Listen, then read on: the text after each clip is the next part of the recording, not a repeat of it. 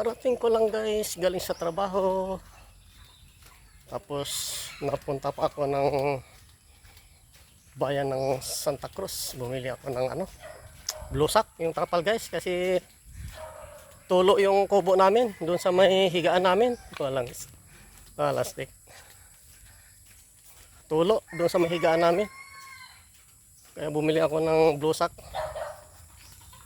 Ito na.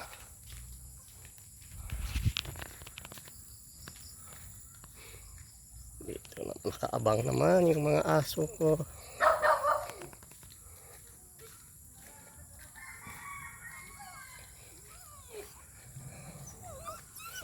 Oh, wala akong dalang kulit mo ah.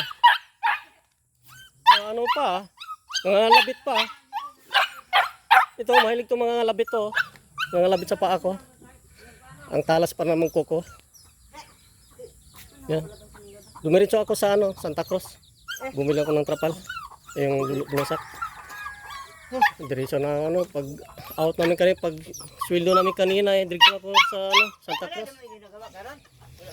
Oh, gawa ng hindi, lang kami, nagkalas lang kami. Tapos pagkatapos napahinga na lang kami.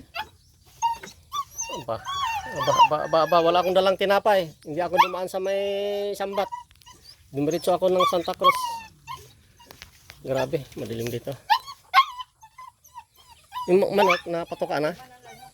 Yung tingnan mo guys, oh. Nalabit siya, oh.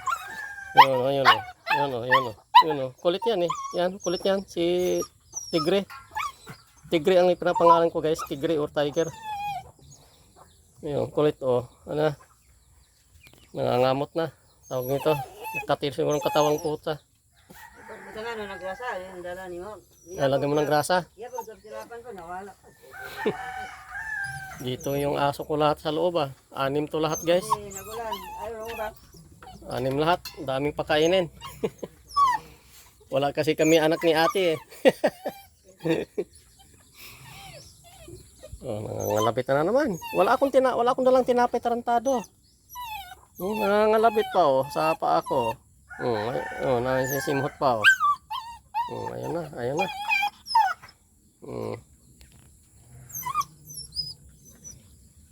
Talas mo kuko mo eh. Okay guys. Ang tulo dito sa amin dito guys oh. Bukas ayusin ko na yung yan.